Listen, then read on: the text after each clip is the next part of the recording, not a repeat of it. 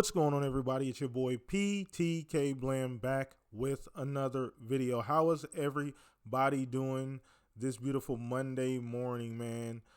Just got a couple quick announcements. First and foremost, obviously we did not have a podcast this past week. I just got some personal things going on. So the best that I can do right now until further notice is drop these individual videos. Just you guys got content on the channel. You know I never want to completely step away even when life, dictates things are getting hard. But I always want to try and get some content up on the channel, so that's what I plan on doing for the foreseeable future. But I will maintain, transparency as much as I can. Let you guys know what's going on. Follow me on socials, Twitter, all that good stuff to keep up with that. But man, this video is not about that, man. This video, as you can see in the thumbnail, we're talking a little bit about Gears E-Day. And yes, I know the title is a bit pretentious. The best Gears ever. What, Blam? What are you talking about? Gears? How could you definitively say that, man? So I am really just going to ramble and talk about why I think this potentially can be the best Gears ever, right? Whatever form or meaning that means for you, because we all measure video games differently. Some value other things over. So my subjective opinion on why I think this can and probably will end up being the best Gears ever for me. So first and foremost, it is a prequel. It is a brand new game in the series. And to be more specific, as far as the timeline goes, so I had to do a bit of research, and I'll throw this information up on the screen. This is essentially the overall timeline for the Gears books as well as the Gears game. So I dug around, found the information I could find on how this all lines up, because I was super interested on how the books line up, because I don't want to leave the books out. They add so much lore and they are part of the Gears universe to the video games, because things do happen between the video games and the books. Pretty much detail all of the events that happen in between the books. They even include some of the stuff that happened in the actual game. So I wanted to figure out where in the timeline Gears of War E-Day actually was. So first and foremost for me, because it is a prequel, we are getting brand new lore, right? Essentially, Gears E-Day falls, it predates Judgment by 2 years in the timeline, right? So locusts emerging from the island of Sarah. I believe this is the first time locusts have emerged, and they are new enemies at this point. So that's my first point, right? Prequel, which we didn't really know what they were going to do, which direction they were going with Gears. They obviously, the most recent Gears was Gears 5. You had Kate's story and everything going on with her. Marcus did appear in that game as well too. We didn't know, were they going to continue that timeline, which would have been fine.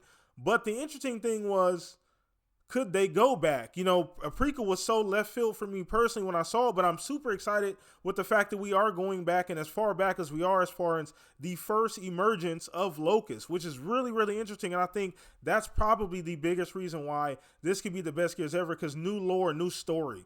Obviously in the timeline, this is where Marcus and Dom, very, very early in a relationship, obviously there was a traumatic event that tied them together.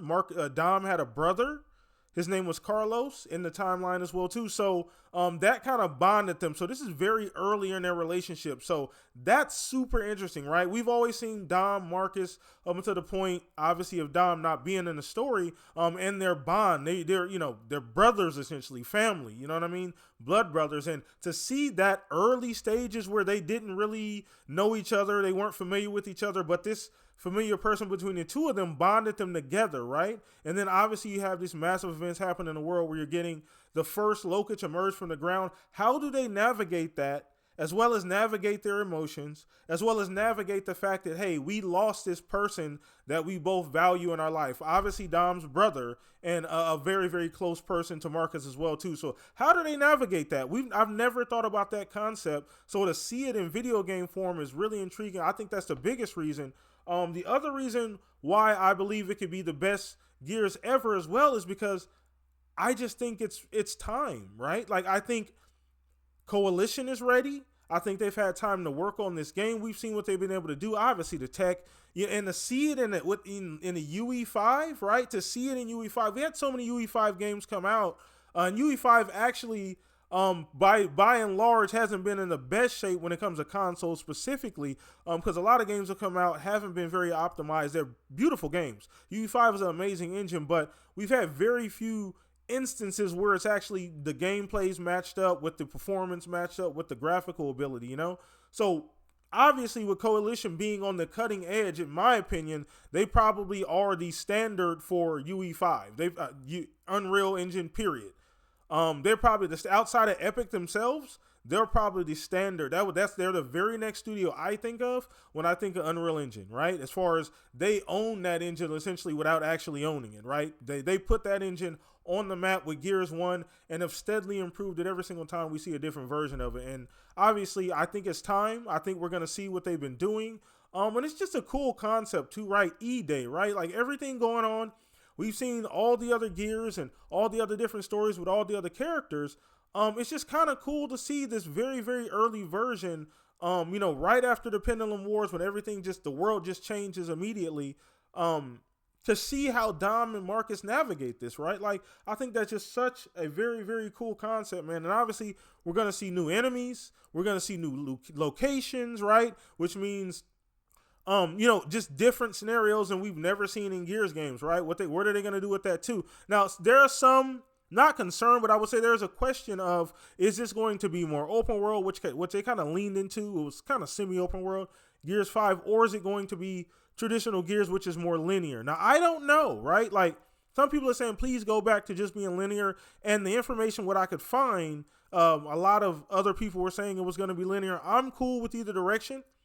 I love games kind of being able to experiment between the two. We see it a lot with Assassin's Creed. They bounce back and forth. Now, that's for good or bad, but we don't know how this is going to work out.